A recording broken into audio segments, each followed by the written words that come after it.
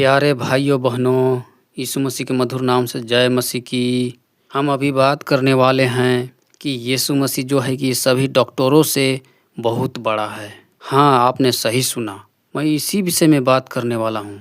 मैं वचन से बात करूँगा, पवित्र बाइबल से। तो आप लोग अभी से लास्ट तक बने रहना, ताकि आप लोग को समझ में आ जाए कि सचमुच में क्या यीशु मसीह डॉक्टरों से बड़ा है। हाँ, आपने सही सुना। चलिए मैं वचन की ओर चलता हूँ। यदि आपको विश्वास नहीं होगा तो मैं वचन को बता देता हूँ, आप लोग खुद देख लेना कि यहाँ पर क्या लिखा हुआ है। तो हम पढ़ेंगे यिर्मयाह 8 अध्याय 22 वचन को। यहाँ पर इस प्रकार लिखा हुआ है, क्या गिलाद देश में कुछ बलसान की औषधि नहीं? क्या उसमें कोई वैद्य नहीं? यदि है तो मेरे लोगों के घाव क्यों चंगे नहीं हुए?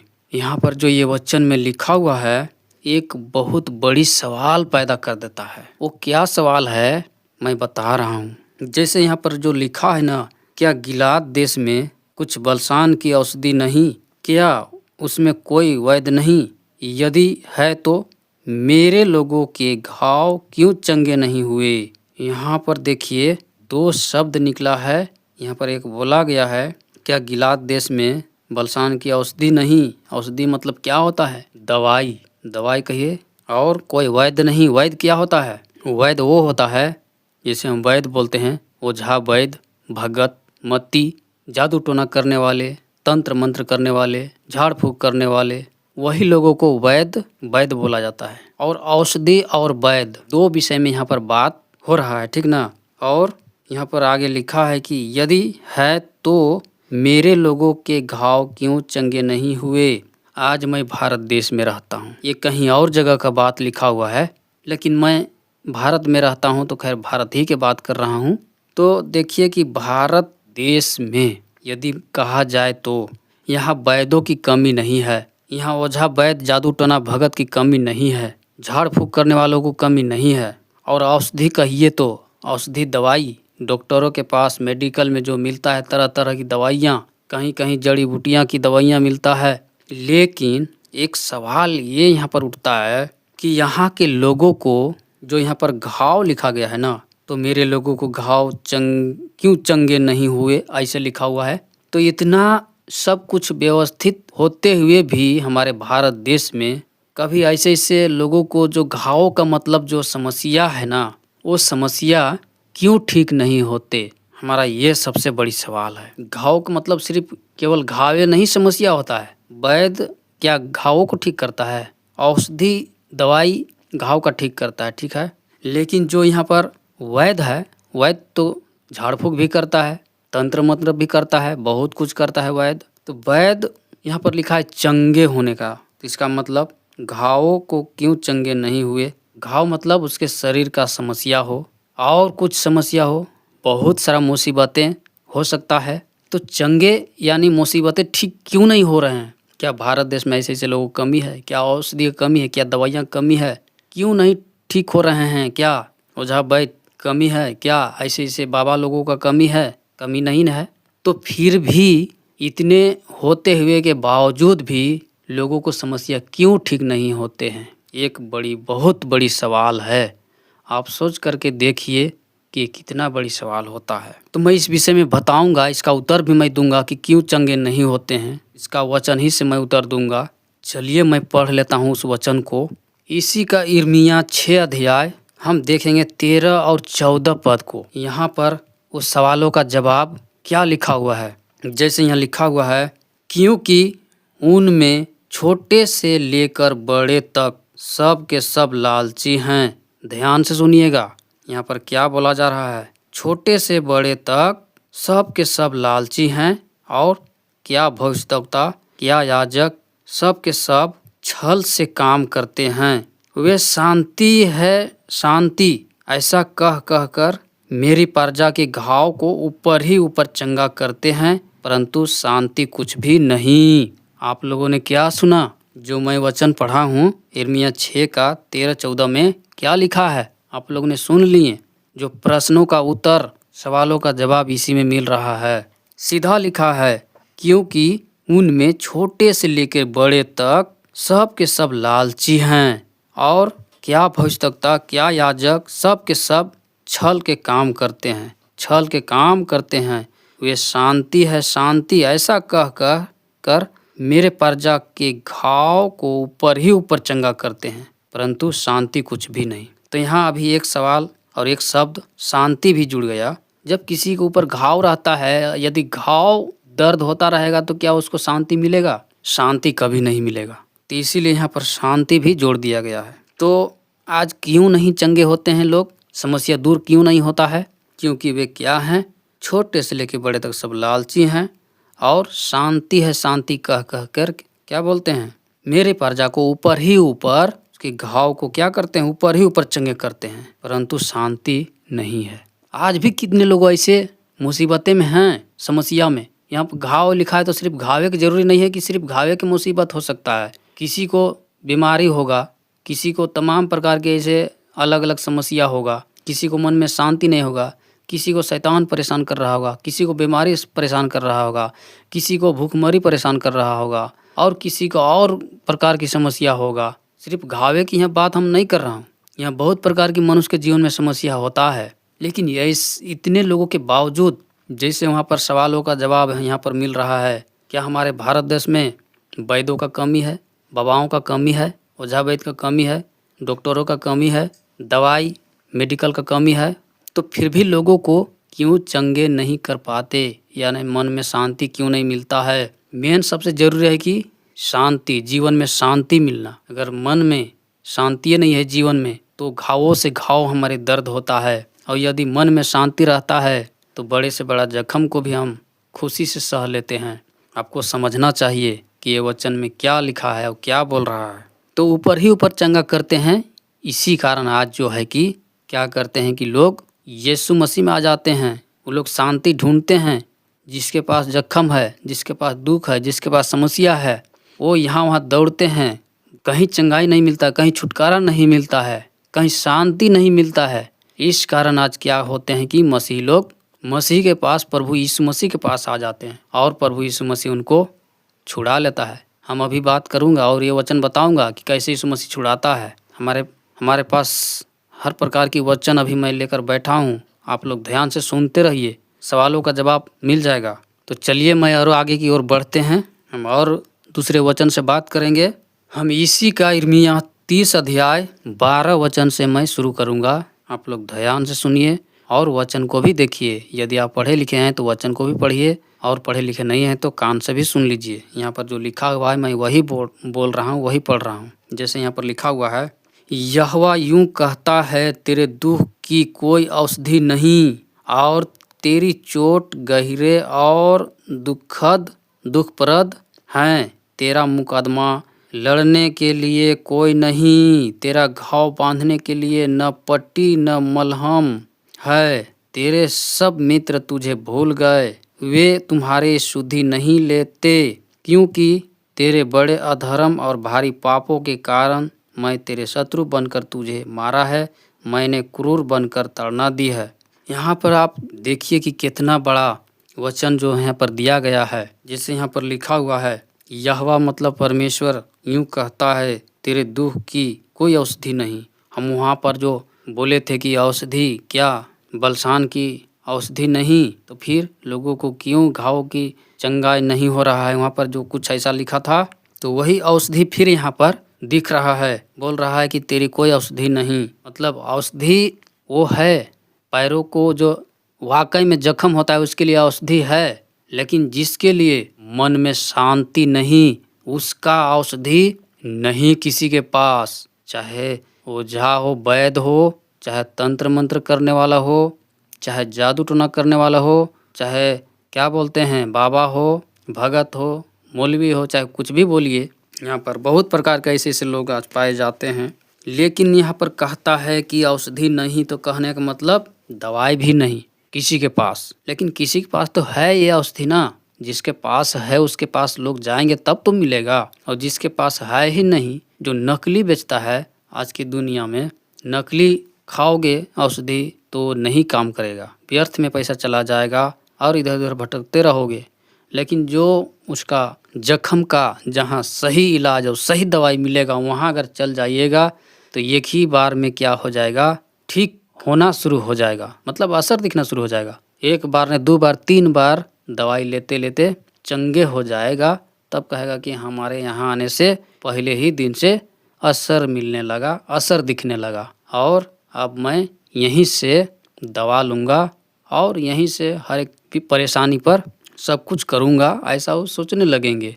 और जो यहाँ पर जो लिखा हुआ है कि तेरा मुकदमा लड़ने के लिए कोई नहीं, तेरा घाव बांधने के लिए न पट्टी न मलहम है, तेरे सब मित्र भूल गए। आज देश दुनिया के लोग क्या हैं, कोई समस्या का हल करने वाला नहीं, क्योंकि मानवा की शांति देने के लिए किसी के पास अधिकार नहीं है, और मानवा के शांति देने के लिए सिर्फ प्रभु यीशु मसीह का अधिकार है। तो इसीलिए सबको जानना चाहिए।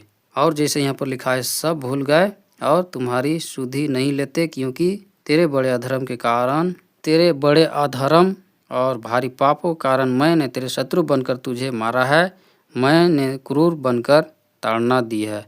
तो परमेश्वर कभी कभी जो ऐसे ऐसे काम करने वालों को क्या करता है कि ताड़ना देता है। कभी कभी परमेश्वर ताड़ना भी देता है, हद से ज़्यादा हो जाता है तो ताड़ना भी देता है। और आगे हम देखेंगे, 14 तक हो गया, हम 15 को देखेंगे। वहाँ पर क्या लिखा है, तू अपने घाव के मारे क्यों चिल्लाती है, तेरी पीड़ा की कोई औषधि नहीं, तेरे बड़े अधर्म और भारी पापों के कारण मैंने तुझसे ऐसा व्यवहार किया है। ये परमेश्वर लोगों को बोल रहा है कि तू अपने घाव के मारे क्यों चिल्लाती है, तेरी पीड़ा की कोई औषधि नहीं, तेरे बड़े अधर्म भारी पापों के कारण मैंने तुझे ऐसा व्यवहार किया। यहाँ क्या लिखा है, अधर्म और भारी पापों के कारण। अधर्म और भारी पापों के कारण। अधर्म कौन है, अधर्म जो कि वो धर्म नहीं मानता। अधर्म के मतलब परमेश्वर को नहीं मानता, वो हुआ अधर्मी लोग,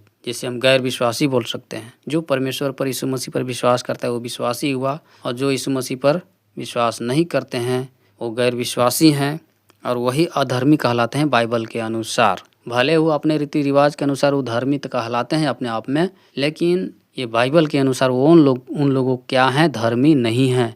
जितने लोग परमेश्वर के वचन के अनुसार बाइबल के अनुसार चलते हैं वही लोग धर्मी गिने जाते हैं। तो अधर्म और भारी पापों के कारण मैंने तुझे सब व्यवहार किया। ये घाव, दुख, समस्या, अशांति क्यों रहता है, हमारे अधर्म के कारण, मनुष्यों का अधर्म के कारण, क्योंकि वो सच्चा परमेश्वर के पास आना नहीं चाहते हैं। उनको पाप करना अच्छा लगता है, उसको लड़ाई झगड़ा करना अच्छा लगता है, झूठ बोलना, निंदा शिकायत करना, ये सब अच्छा लगता है। इसीलिए सच्चे परमेश्वर के पास नहीं आना चाहते हैं और वो सब अधर्मी गिना जाता है। ऐसा ये वचन में हम लोग सबको सिखा रहा है। और 16 वचन में क्या लिखा हुआ है यहाँ भी पढ़ लीजिए। परंतु जितने तुझे अब खाए लेते हैं वे आप ही खाए जाएंगे, और तेरे द्रोही आप सब के सब बंधुआई में जाएंगे, और तुझे लूटने वाले आप लूटेंगे, और जितने तेरा धन छीनते हैं उनका धन मैं छिनवाऊंगा। आप परमेश्वर की गुस्सा फूट रहा है। आप किसी को देखते देखते हद हो जाता है तो क्या उसको जब बर्दाश्त नहीं होने लगता है ना तो बोल पड़ता है। तो परमेश्वर को देखते देखते मनुष्य का पाप बुराई, इतना परमेश्वर उन लोगों को सृष्टि किया, बनाया, इस दुनिया संसार में रचा, और फिर भी परमेश्वर ही के निंदा, परमेश्वर से दूर रहना, तो परमेश्वर का तो गुस्सा फूटेगा ही फूटेगा। अभी तो गुस्सा कम फूट रहा है, लेकिन आने वाले दिनों में देखना ना कि परमेश्वर की गुस्सा और कितना फूटेगा। अंतिम का समय पहुंच रहा है, आप देखिएगा कि परमेश्वर की गुस्सा कितना फूटेगा। तब देखिएगा अधर्मी लोगों को क्या होने वाला है। इसीलिए हम सबको क्या होना है, धर्मी बनना है, एकदम सच्चाई और ईमानदारी से परमेश्वर के वचन के पीछे चलना है। जो जो वचन में लिखा हुआ है उसके अनुसार चलना है, ठीक है। तो जैसे यहाँ पर हम पढ़े हैं अभी कि परंतु जितने तुझे खाए लेते हैं वे आप ही खाए जाएंगे, और तेरी द्रोही आप सब के सब बंधुआई में जाएंगे, और तुझे लूटने वाले आप लूटेंगे, जितने तेरा धन छीनते हैं उनका धन मैं छिनवाऊंगा। आज समस्या को लेकर धन संपत्ति कितना लूटा जाता है, छीना जाता है। मतलब ऐसे तो लूटते छीनते नहीं हैं, लेकिन हाँ आइए मेरे पास, मैं ठीक कर दूंगा, इतना पैसा लगेगा, इतना धन लगेगा, इतना सोना, इतना चांदी, जो कुछ भी है वो लोग अपने पूजा पंखा करने के लिए ये लगेगा, वो लगेगा, खांसी लगेगा, बकरा लगेगा, मुर्गा लगेगा, ये लगेगा, तरह तरह की प्रसादी लगेगा, दुनिया भर के वहाँ पर बता देंगे, फरमाइशी कर देंगे, लिस्ट बना देंगे, लंबा लिस्ट, जाओ लेके आओ तभी ठीक होगा। 10,000 का लिस्ट बन जाएगा, 20,000 का, 25,000 का लिस्ट बन जाएगा। वो सामान दो, प्लस में बोलेगा कि मेरे लिए भी कम से कम 20,000 दे दो। तब क्या होगा, उसका तो 50,000 का चूना लग गया, फिर भी बीमारी नहीं गया, फिर भी मनवा में शांति नहीं आया, फिर भी दुख समस्या नहीं गया। ऐसा हो रहा है, इसलिए ऐसा यहाँ वचन में लिखा गया है कि आप जो ऐसा करते हैं ना, उन लोगों को दुकान बंद होने वाला है। सीधा यहाँ पर लिखा है वचन में, आप लोग देखिए कि उनका धन छिनवाऊंगा, जितने तेरा धन छीनते हैं उनका धन छिनवाऊंगा। धन संपत्ति यही तो है आज दुनिया में, आज चंगाई के नाम पर, चाहे छुटकारा के नाम पर। हमारे धर्म सच्चा है तो उसका धर्म खराब है, वो निंदा है, वो शिकायत, ऐसे हो रहा है ना। और कितने लोग को क्या बोलते हैं कि धर्म के नाम पर ये दे वो दे। बहुत से आज वैद्य लोग हैं, बहुत से झूठे लोग ऐसे पाए जाते हैं, कितने झूठे डॉक्टर लोग नकली दवाई बेचते हैं। उन सब का क्या होता है कि अब यहाँ खटिया खड़ा होने वाला है। परमेश्वर का जब क्रोध भड़केगा ना, तो भागने का मौका नहीं मिलेगा ऐसे लोगों को। इसीलिए वचन में चेतावनी देता है, समझो तो यहाँ जैसे और आगे यहाँ पर क्या लिखा है, मैं तेरा इलाज करके तेरे घावों को चंगा करूँगा, यहोवा की यह वाणी है। क्योंकि तेरा नाम ठुकराई हुई पड़ा है, वह तो सिय्योन है, उसकी चिंता कौन करता है। कहने का मतलब यहाँ पर जो है कि मैं तेरा इलाज करके तेरे घावों को चंगा करूँगा। हाँ, आप बहुत थक जाते हैं ना परेशानी से, दुख से। जब यीशु मसीह को नहीं जानते थे, कोई नहीं बताया था, तो आपके पास परेशानी था, घाव था, दुख था, समस्या था, परेशानी था, बीमार में थे, कर्जे में थे, तमाम प्रकार के ऐसे समस्या थे। उस समय आपको रास्ता कोई नहीं दिया, यहाँ तक कि धन लुटवा दिए, गवा दिए, कंगाल बन गए, लेकिन आपके पास कुछ नहीं रहा, आपको कोई आशा भरोसा नहीं रहा, लगा कि आपका हमारे जीवन नहीं बचेगा, प्राण नहीं बचेगा, हम नहीं बचा पाएंगे, ऐसा लगता होगा। लेकिन लास्ट में जब थक जाते हैं, अंत में तब यीशु मसीह मिलता है, कोई बता देता है कि हम वहाँ पर जाओ तो ठीक हो जाएगा। और थोड़ा सा भी आपको विश्वास हो जाता है, वह आ जाते हैं, तो वहाँ से प्रभु यीशु मसीह काम करना शुरू कर देता है और आपके समस्या का हल हो जाता है। तो इसीलिए यहाँ पर ऐसा लिखा है, मैं तेरा इलाज करके तेरे घावों को चंगा करूँगा, यहोवा की यह वाणी है। क्योंकि तेरा नाम ठुकराई हुई पड़ा है, वह तो सिय्योन है, उसकी चिंता कौन करता है। सोच लीजिए और सुन लीजिए क्या क्या यहाँ पर जो लिखा है इस वचन में, बहुत आश्चर्यजनक बात लिखा हुआ है। और हम आगे वचन देखेंगे, बहुत महत्वपूर्ण वचन लिखा हुआ है। जैसे यशायाह 53 अध्याय और 3 से 5 पद अगर यदि हम वहाँ पढ़ते हैं तो बहुत यहाँ पर इस प्रकार लिखा हुआ है। यशायाह 53 वचन 3 से, वह तुच्छ जाना जाता और मनुष्यों का त्यागा हुआ था, वह दुखी पुरुष था, रोग से उसकी जान पहचान थी और लोग उससे भी मुख फेर लेते थे। वह तुच्छ जाना गया और हमने उसका मूल न जाना। यहाँ पर एक शब्द ऐसा लिखा हुआ है, क्या लिखा हुआ है कि त्यागा हुआ मनुष्य, त्यागा हुआ था और वह दुखी पुरुष था, रोग से उसकी जान पहचान थी, रोग से जान पहचान थी। आप मान चलिए, जिस डॉक्टर के पास जाइएगा अच्छी से इलाज नहीं कर पाएगा, रोग को जांच नहीं कर पाएगा, तो क्या वो इलाज नहीं कर पाएगा, अच्छा दवाई दे पाएगा? नहीं ना। उसी प्रकार अगर यदि कोई अच्छा डॉक्टर मिल जाए और वो जान जाए कि इसके पास ये रोग है, ये समस्या है, इलाज करके वो उसका सही दवाई दे दे, वो ठीक हो जाएगा, तो क्या वो नहीं जान पाएगा डॉक्टर की इसको ये बीमारी है, मैंने पकड़ लिया इसको। उसी प्रकार यीशु मसीह क्या है, यीशु मसीह से सारे बीमारियां, सारे रोग जान पहचान है। जैसे कि यहाँ पर लिखा हुआ है कि रोग से उसकी जान पहचान थी। यीशु मसीह से सारे बीमारी, सारे रोग, कोई क्यों ना समस्या हो, सब जानता है यीशु मसीह सबको। यीशु मसीह डांटेगा, आए निकलो, भागो यहाँ से, तुम्हें कोई अधिकार नहीं इस मनुष्य पर, तो तुरंत निकल के भागेगा, क्योंकि यीशु मसीह परमेश्वर है। तो क्यों ना भागेगा, रोग दुख सब भागेगा ना। और झूठा ईश्वर रहेगा, देवी देवता रहेगा, तो देवी देवता का सच्चा ईश्वर है, वो सच्चा ईश्वर है ही नहीं। मैं डंके के चोट पर बोल रहा हूँ, ये वचन के अनुसार ही बोल रहा हूँ, मैं अपने आप से नहीं बोल सकता हूँ डंके के चोट पर। ये वचन हमें बुलवाता है।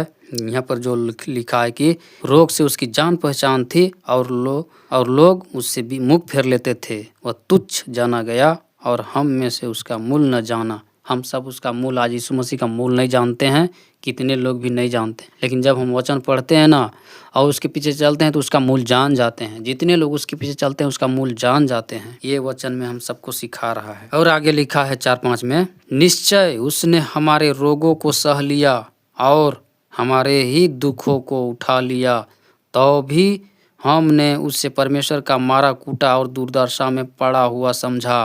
परंतु वह हमारे ही अपराधों के कारण घायल किया गया, वह हमारे ही अधर्म के कामों के कारण कुचला गया।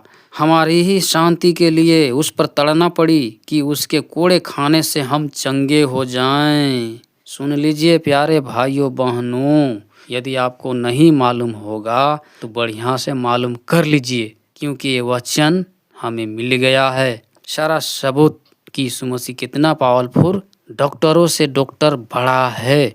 ये जो मैंने बताया है कि यीशु मसीह डॉक्टरों से बड़ा है, ये बात सच है, झूठ नहीं है। वचन में जो लिखा है खुद आप देखिए क्या लिखा हुआ है। निश्चय हमारे रोगों को सह लिया और हमारे ही दुखों को उठा लिया, तो भी हमने उसे परमेश्वर का मारा कूटा और दुर्दशा में पड़ा हुआ समझा। परंतु वह हमारे ही अपराधों के कारण घायल किया गया, वह हमारे अधर्म के कामों के कारण कुचला गया। हमारे ही शांति के लिए उस पर तड़ना पड़ी कि उसके कोड़े खाने से हम चंगे हो जाएं। हमारे शांति के लिए तड़ना पड़ा। क्रूस में किसको चढ़ाया गया, आप बताइए, सवालों का जवाब दीजिए। यदि आप यीशु मसीह पर विश्वास नहीं करते हैं ना तो सवालों का जवाब दीजिए। यहाँ पर जो वचन में लिखा हुआ है वो किसके लिए, मनुष्यों के लिए ना क्रूस पर चढ़ा। हमारे ही अपराधों के लिए ने उस पर घायल किया गया, मारा गया, गाड़ा गया और 3 दिन में जी उठा है, अभी स्वर्ग में गया है और शरीर सहित, और पवित्र आत्मा हमारे बीच में अभी है। हम पवित्र आत्मा के देह मंदिर हैं और हमें चंगे छुटकारा मिल रहा है। फिर यीशु मसीह शरीर दूसरी आगमन फिर आने वाला है, हम सबको ले जाने वाला है। आपको नहीं पता है तो हो जाए। ये वचन हमारे स्पष्टता से कहता है कि हम सबके उद्धार के लिए जो कुछ किया है परमेश्वर स्वयं ने किया है, क्योंकि परमेश्वर ने मनुष्य को देखा कि सब ने अपने अपने मार्ग और रास्ता पकड़ लिए हैं। सब शैतान की जाल में फंस करके गलत गलत काम, मूर्ति पूजा, देवी देवता, तरह तरह की अनेक प्रकार की काम परमेश्वर के छोड़कर करने लगे। तब परमेश्वर के सहाया न गया, मनुष्य से प्रेम करने के चलते ऐसा काम किया कि आपने आप को सारे रोग, सारे दुखों को सह लिया, मतलब उठा लिया। जो मनुष्य को तड़ना पड़ता है ना, तड़ना उसने सह लिया और हम सबको आज़ाद किया। और नरक में जो विश्वास नहीं करते हैं वही तड़ना, जो यीशु मसीह पर विश्वास नहीं करेंगे तो उसका बोझ यीशु मसीह थोड़ी ना उठाया है। उन लोगों को तो नरक में भुगतना ही पड़ेगा, उसका तो उद्धार नहीं होगा तो स्वर्ग में कैसे जाएंगे। तो बिना उद्धार के कोई स्वर्ग नहीं जाएंगे, चाहे जितना भी देवी देवता वाले, चाहे जो कोई भी हो ले, ये दुनिया संसार में अलग अलग धर्म कर्म बना ले, लेकिन बिना यीशु मसीह के उद्धार के बिना कोई स्वर्ग नहीं जाएगा। यीशु मसीह ने कहा है यूहन्ना 14:6 में कि मार्ग और सत्य जीवन मैं ही हूँ, बिना मेरे द्वारा कोई पिता के पास नहीं जा सकता। आप लोग खुद समझ सकते हैं कि ये वचन में क्या लिखा हुआ है। आशा करता हूँ कि आप लोग समझ गए होंगे कि जो यहाँ पर जो लिखा था और हमने बोला था कि यीशु मसीह जो डॉक्टरों से बहुत बड़ा है, और सचमुच में आज हम सबको कहाँ कहाँ से दवाइयाँ मिलता है, कहाँ कहाँ से मन की शांति मिलता है, कौन झूठा है कौन सच्चा है, सब के विषय में मैंने व्याख्यान किया है, वो भी वचन से किया है। तो आप लोग को इस वीडियो से जीवन में परिवर्तन हुआ होगा तो इस वीडियो को लाइक करना, शेयर करना और सब्सक्राइब करके रख लेना, ताकि ऐसी ऐसी वीडियो आप सबको हमेशा मिलती रहे। आमीन। जय मसीह की।